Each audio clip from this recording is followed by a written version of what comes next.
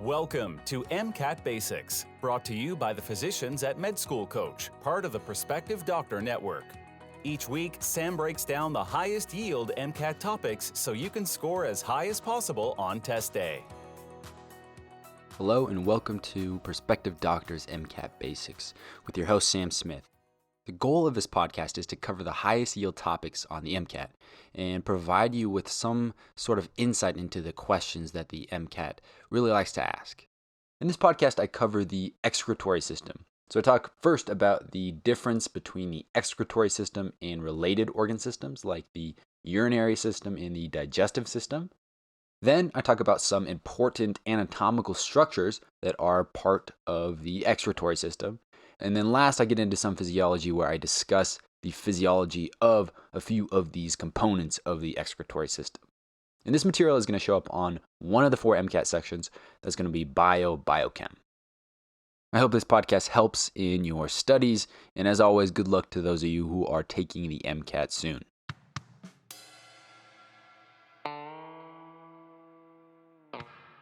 The main function of the excretory system is to remove excess, unnecessary materials from different bodily fluids in order to maintain homeostasis.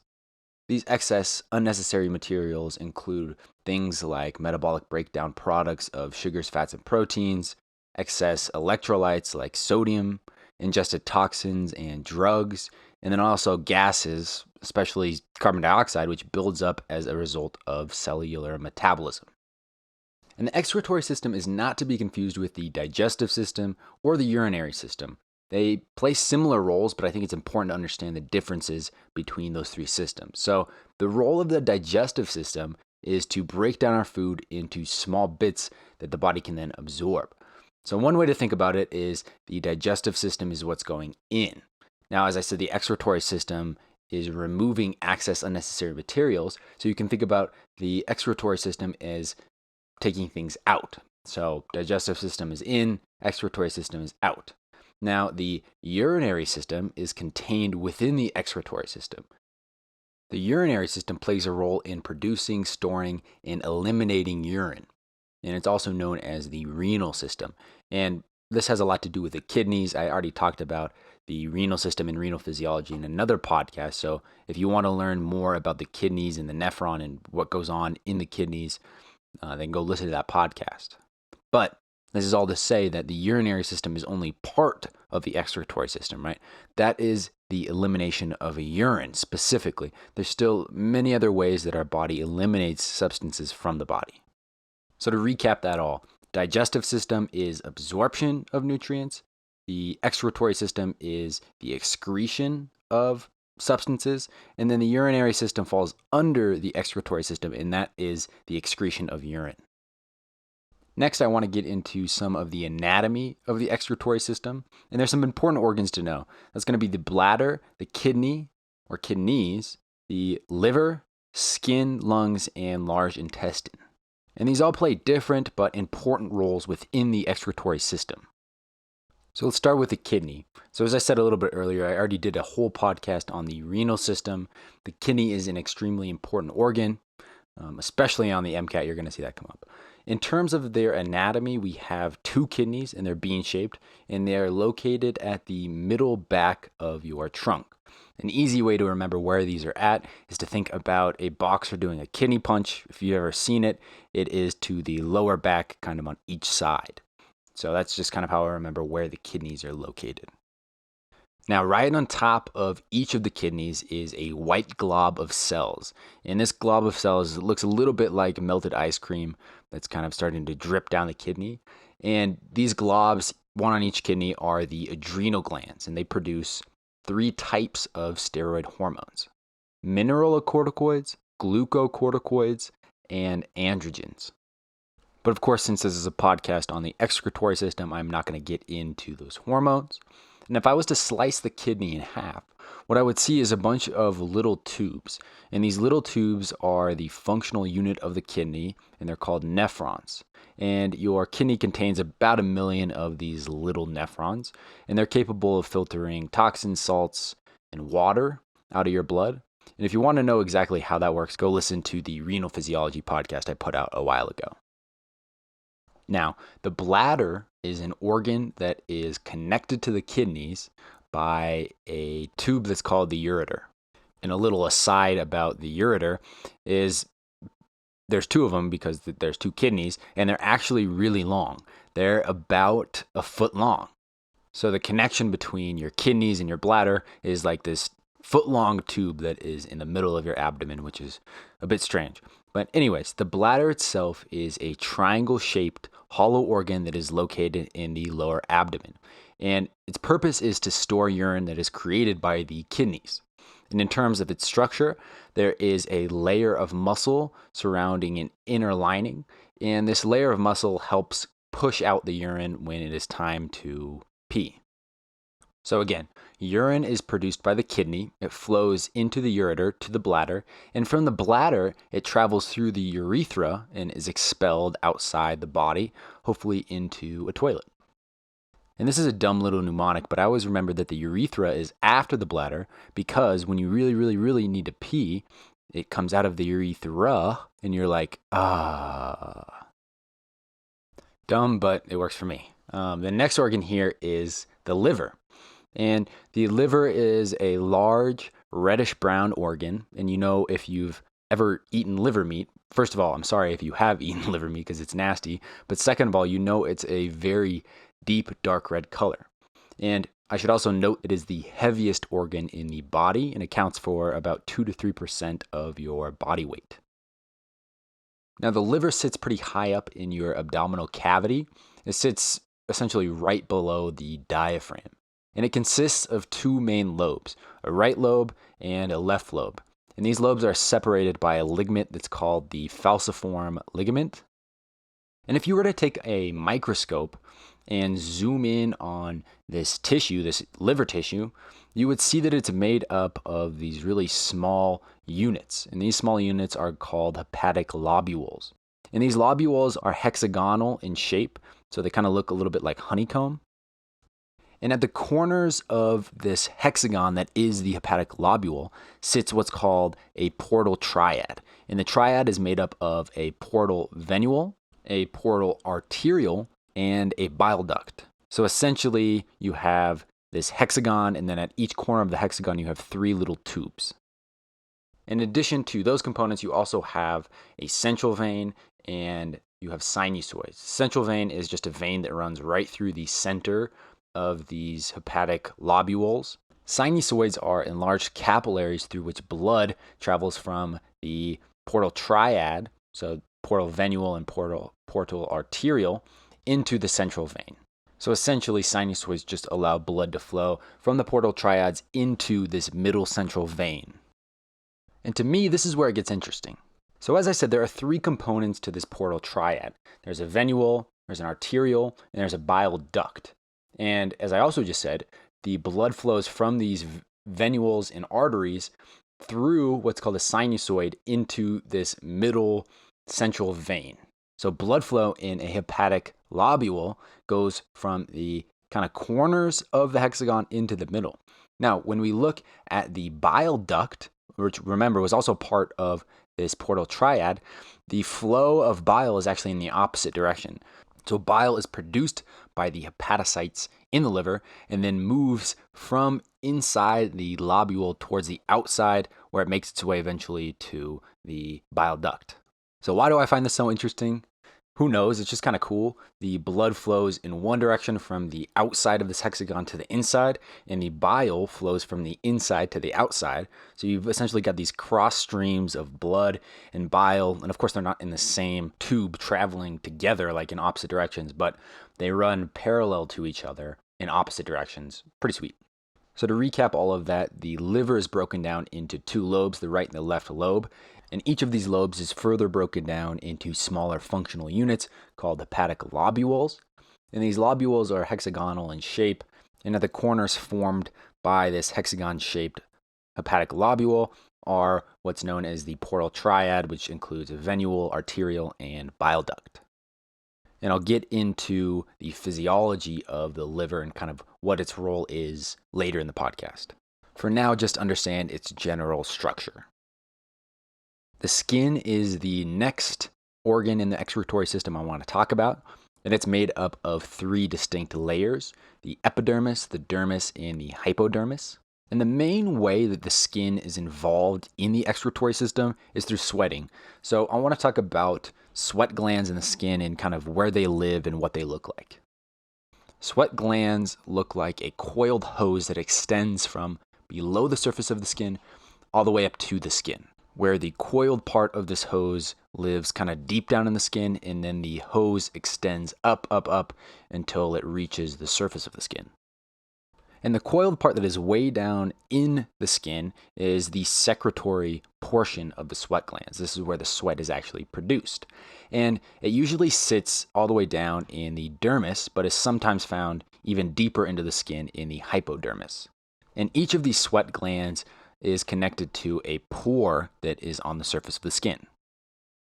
So again, you got a coiled portion of this sweat gland. That's where the sweat is actually produced. And then that makes its way up this long tube to a pore on the skin where it is exposed to the surface of the skin. And according to a textbook called Hyperhidrosis and Botulinum Toxin in Dermatology, what a name, there are between 2 and 4 million sweat glands across the whole body. And just for your information, hyperhidrosis is a condition in which your sweat glands over-secrete sweat, which would not be a good condition to have, obviously. The next organ that I want to talk about in the excretory system are the lungs. You obviously have 2 lungs. They are important for expelling waste gases.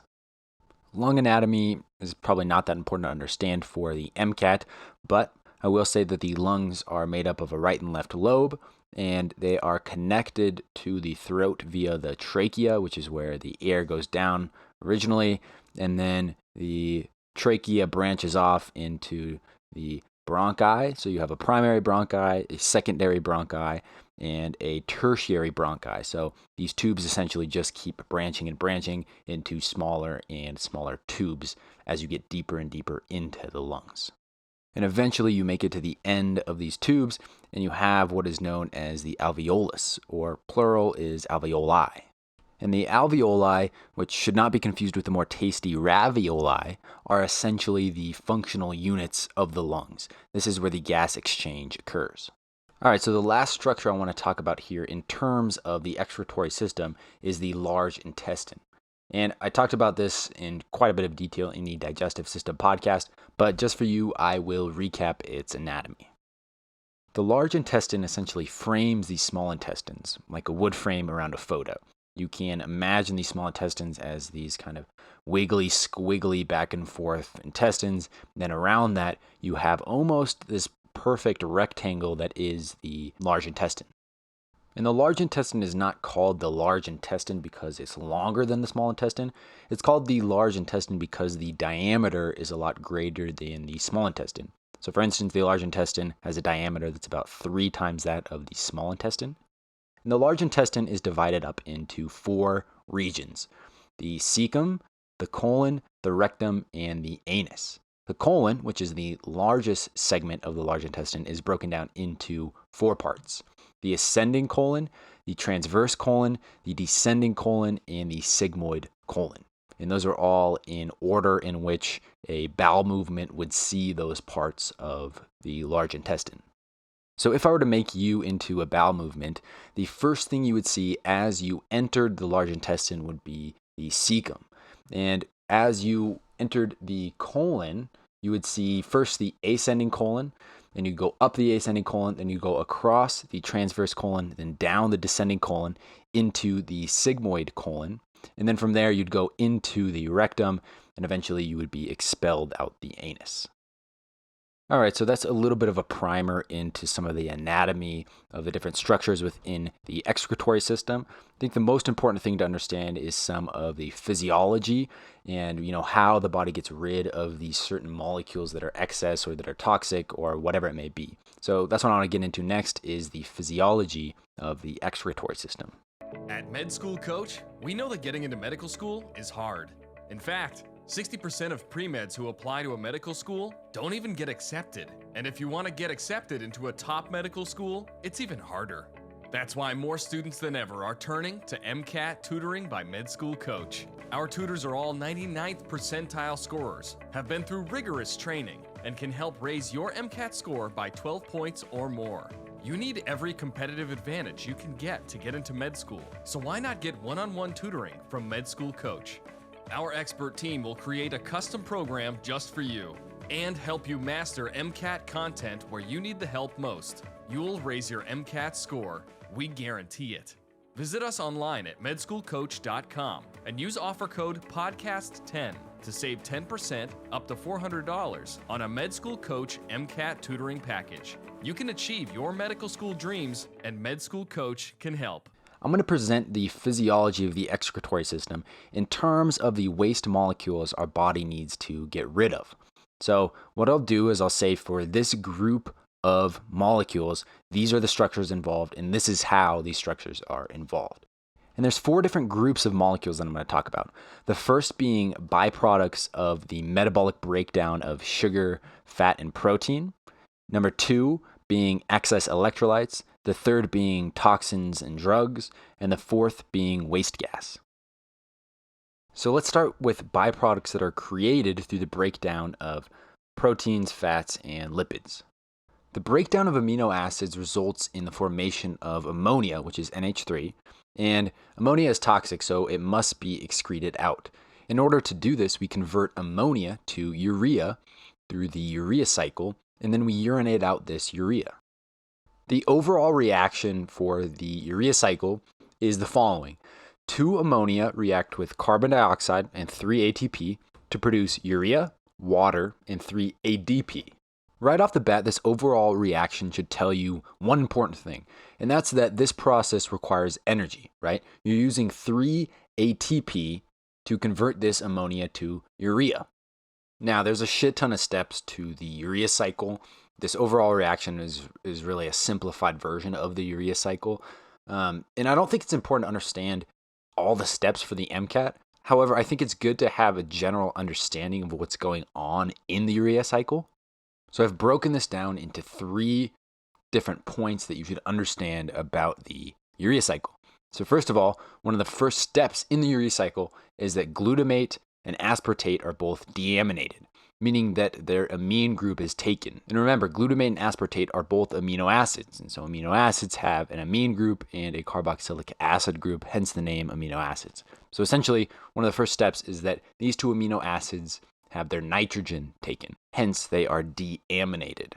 Now, the second thing to understand is that these 2 amine groups that are essentially stripped from these amino acids are fed into the urea cycle where they eventually produce urea. And urea is a molecule that has 2 amine groups and a carbonyl carbon. So I would know that structure, but just know that each of those amine groups that is in urea are both coming from either glutamate or aspartate, and it's coming from them being deaminated. The third thing that you should understand about the urea cycle, and this is going to sound a little bit obvious, but it's a cycle, just like the Krebs cycle. And what makes it a cycle is that the molecules that are participating in the reactions are regenerated and fed back into the cycle to keep the cycle going. For example, there's a molecule called ornithine that is produced in the last step of the urea cycle. This molecule is then fed back into the urea cycle where it acts as one of the first reactants. And it actually reacts with a molecule called carbamyl phosphate to produce citrulline. So again, the 3 things to know about the urea cycle are number 1, glutamate and aspartate are deaminated, meaning that their amine groups are taken away from them. And these 2 amine groups are the amine groups that make up urea, the 2 amine groups that make up urea. And number 2 was then know the structure of urea. And then number 3, understand that the urea cycle is a cycle and kind of understand why it is a cycle and what makes a biological, or I guess biochemical cycle. And one thing you're probably wondering is, okay, great, you introduced all these anatomical structures. Where does this urea cycle occur? Well, the urea cycle occurs in the liver. And more specifically, it occurs in the cytoplasm and the mitochondria of hepatocytes, which are liver cells. And once this urea is produced in the liver, it travels into the bloodstream and is subsequently excreted by the kidney in urine. And to tie this back to the anatomy that I talked about earlier in terms of the liver, hepatocytes on the periphery of the liver lobules, which again are these hexagonal shaped structures, the cells near the edge of this hexagon are the ones that produce the most urea. And this urea then makes its way into the central vein through the sinusoids, where then it can make its way into systematic circulation and eventually to the kidneys. An adult human produces approximately 25 grams of urea a day. And using the density of urea, which is about 1.32 grams per centimeter cubed, I calculated that 25 grams of urea is approximately 19 centimeters cubed. That's the size of a small ice cube. The last thing that I want to mention about urea and nitrogen excretion is that nitrogen excretion is different depending upon the species that we're talking about. Mammals, like me, produce and excrete urea in order to get rid of nitrogen, and that's what I just described. And because of that, I am called a uretelic organism. Fish, on the other hand, like you, are able to directly excrete ammonia. And because of that, they are called ammonotelic organisms. Lastly, birds and reptiles excrete uric acid to get rid of their nitrogen, and as a result, they are called uricotelic organisms. And it is for this reason why bird shit is so gross, if you ever wondered, and that is because this uric acid is actually water insoluble and tends to form a white paste or powder. And so I'm sure you've seen bird poop, and it's really nasty, and it's it looks like chalk almost. And the reason that it looks like chalk is because there's a bunch of uric acid in it. So overall, you can remember that mammals secrete urea and therefore are ureatelic organisms.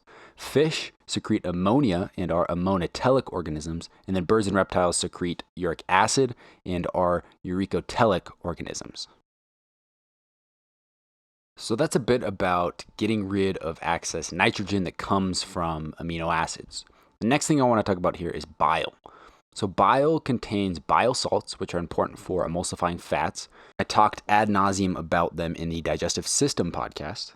But bile also contains an important breakdown product called bilirubin. And bilirubin is this orangish, yellowish compound that is a product of heme metabolism. Heme is an iron-containing prosthetic group found in a number of proteins such as hemoglobin, myoglobin, cytochrome P450, and its main function is to bind oxygen. And it's important to understand that heme groups are constantly being created and destroyed. There's no such thing as the law of conservation of heme. This is a result of the continual turnover of red blood cells, which red blood cells have a lifespan of about 120 days. So, once these heme groups are degraded and destroyed, they become bilirubin, or they're converted to bilirubin. And this bilirubin is then transported to the liver, where it is combined with bile salts and some other components to make bile. And then once this bile is created, it goes into the gallbladder, where it's stored, and then eventually released into the intestines. And from there, some interesting stuff happens. The bacteria actually metabolizes this bilirubin. It contains enzymes, or bacteria contain enzymes that are able to do that. And so once this bilirubin is metabolized, it's broken down into some smaller molecules that can then be either excreted in the feces or can be reabsorbed and then excreted by the kidneys in urine. So essentially, this breakdown product of heme, called bilirubin, is transported to the kidney where it's combined with bile. And then once this bile makes its way into the intestines, the bacteria in the intestines are actually able to break down the bilirubin into different metabolites that can then either be excreted in feces or in urine. Pretty sweet.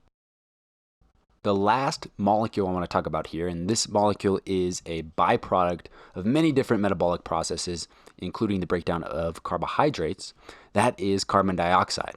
So carbon dioxide is produced in many different metabolic processes, including the Krebs cycle. And as you probably know, if levels of CO2 are too high in the blood, this can result in the blood becoming acidic, and it's called acidosis.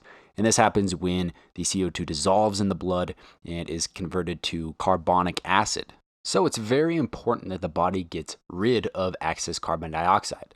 And as you can probably assume, the lungs actually play a huge role in excreting this carbon dioxide. Essentially, what happens is that this carbon dioxide that's in the blood is exchanged into the lungs through the alveoli, and from there it is actually exhaled when you breathe out. And that is how the lungs play a very important role in carbon dioxide excretion. Pretty simple. So let's talk now about electrolyte excretion. So there are three main places where electrolytes are excreted, and here I'm talking specifically about sodium because it's kind of the best example. So the first and most important way that sodium is excreted is in the kidneys. Sodium is reabsorbed in every single segment of the nephron. Again, you can go listen to the podcast on this if you have not. And this is regulated in many different ways, including the renin-angiotensin-aldosterone system and the atrial natriuretic peptide system. And so this allows our body to regulate the amount of sodium that is in the plasma and excrete the excess, when necessary, into the urine. And this is how about 90% of the sodium that we need to excrete is excreted. The second way that we excrete sodium is through sweat.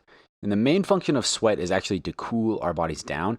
However, it plays kind of a side role in excreting these electrolytes, especially salt. And so according to a paper from the International Journal of Sports Nutrition and Exercise Metabolism, sweat is composed of many different electrolytes. For instance, sodium was measured to be at about 0.9 grams per liter of sweat, potassium at about 0.2 grams per liter of sweat, and then calcium and magnesium at much lower concentrations.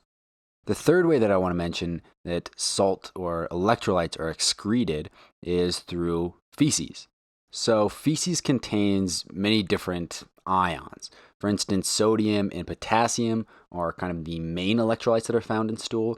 Calcium, magnesium, bicarbonate, phosphate, sulfate, and others are also present, but found at much lower concentrations.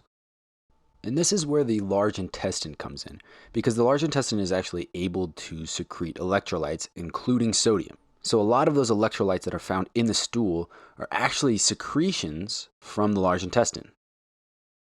The next thing I want to touch on here, and this is just very briefly, is what happens to toxins and drugs. So toxin and drug metabolism mostly occurs in the liver. So the liver's primary mechanism for metabolizing these compounds is a very specific group of cytochrome P450 enzymes. For a majority of drugs and toxins, they must be metabolized in order for them to be secreted. So most drugs and some toxins are lipid soluble, which makes them pretty difficult to excrete. So when these drugs are metabolized by the liver, what's going on is it's actually turning those compounds into more water-soluble compounds, and this helps facilitate the excretion of these drugs and toxins into bodily fluids like urine and bile, which can then be excreted in urine and feces. Plus, when these drugs or toxins are metabolized by the liver cells, this typically decreases their effect, which is bad when we're talking about a drug that's supposed to help you, but good for toxins. And I will mention that these processes occur in the smooth endoplasmic reticulum of hepatocytes. Remember, smooth endoplasmic reticulum plays a role in detoxification. And the last molecule I said I was going to mention is the excretion of waste gas. And I kind of already mentioned this because I talked about the excess CO2 that is produced in metabolism of carbohydrates and how we breathe that out in the lungs and how that contributes to the excretory system. I will also mention that excess water is breathed out. So when you are exhaling water as well as carbon dioxide.